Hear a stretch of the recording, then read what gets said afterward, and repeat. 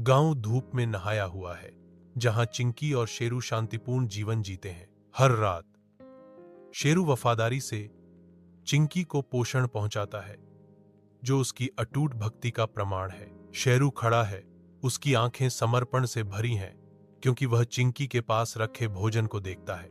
चिंकी खड़ी है, उसका पेट नए जीवन से फूला हुआ है, खुशी बिखेरती है, फिर भी बेचैनी का साया उसकी आंखों को धुंधला कर देता है। चिंकी खड़ी है, उसका शरीर आगे की ओर है, उसकी आंखें खुशी और डर के मिश्रण से भरी हैं। चिंकी के घर में नए जीवन दुनिया में प्रवेश करते हैं और एक बच्चे का टॉम से अजीब समानता है। शेरू का संदेह भड़क उठता है, जो खुशी के अवसर पर छाया डालता है। शेरू ने चिंकी से एक चुभता हुआ सवाल किया, क्या तुमने मुझे धोखा दिया?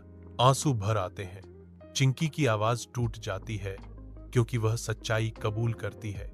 उसके रहस्य का बोझ अब उजागर हो गया है। चिंकी सिसकियां भरती है।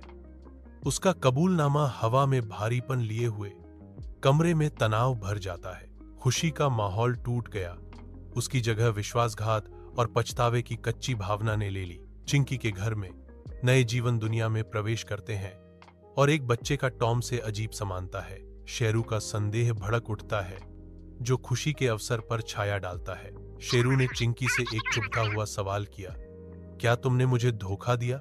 आंसू भर आते हैं। चिंकी की आवाज टूट जाती है, क्योंकि वह सच्चाई कबूल करती है। उसके रहस्य का बोझ अब उजागर हो गया है। चिंकी सिसकियां भरती है। उसका कबूलनामा हवा में भारीपन लिए हुए कमरे में तनाव भर जाता है। खुशी का माहौल टूट गया, उसकी जगह विश्वासघात और पछतावे की कच्ची भावना ने ले ली।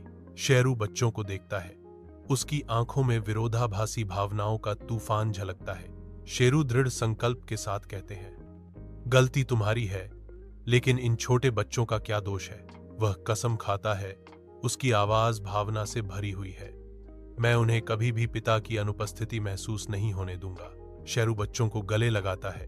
असहनीय धूप के नीचे चिंकी गांव से गुजरती है। अपराध का भारी बोझ उसे दबा रहा है।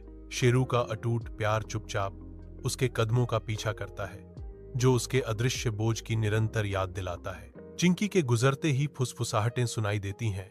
गांव वालों की निगाहें फैसले से तेज हैं। हर नजर उसके दिल को छेदती है। हर धीमी आवाज उसकी गहरी आशंकाओं को प्रतिध्वनित करती है। गांव, जो कभी एक आश्रय था, अब अनकहे आरोपों से बने पिंजरे जैसा लगता है। शेरू पीछे रह जाता है। उसका मौन प्रेम न्याय के तूफान के खिलाफ एक ढाल है। जैसे ही शाम गांव में उतरती है,